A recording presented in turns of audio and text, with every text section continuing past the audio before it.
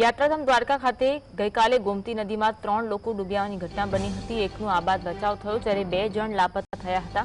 બંને લોકોના મૃતદેહ દરિયા કિનારે મળી આવ્યા છે। દ્વારકા નગરપાલિકાના ફાયર જવાનોની ટીમ ગોમતી નદી દરિયા કિનારે દિવસ રાત લાપતા યુવકોને શોધી રહી હતી। બંને ડેડ બોડીને દ્વારકાની સરકારી હોસ્પિટલમાં પીએમઆરથી ખસેડવામાં આવ્યા। વધુ તપાસ માટે દ્વારકા પોલીસે આગળની તપાસ હાથ ધરી છે।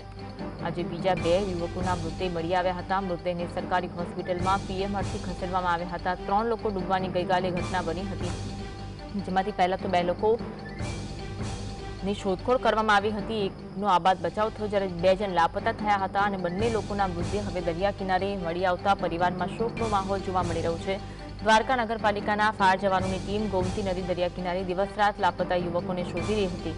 બંને ડેડ બોડીને દ્વારકાની સરકારી હોસ્પિટલમાં પીએમઆરથી ખસેડવામાં આવી છે। વધુ તપાસ માટે દ્વારકા પોલીસે આગળની કાર્યવાહી પણ હાથ ધરી છે। યાત્રાધામ દ્વારકા ખાતે ગઈકાલે ગોમતી નદીમાં 3 લોકો ડૂબવાની ઘટના બની હતી।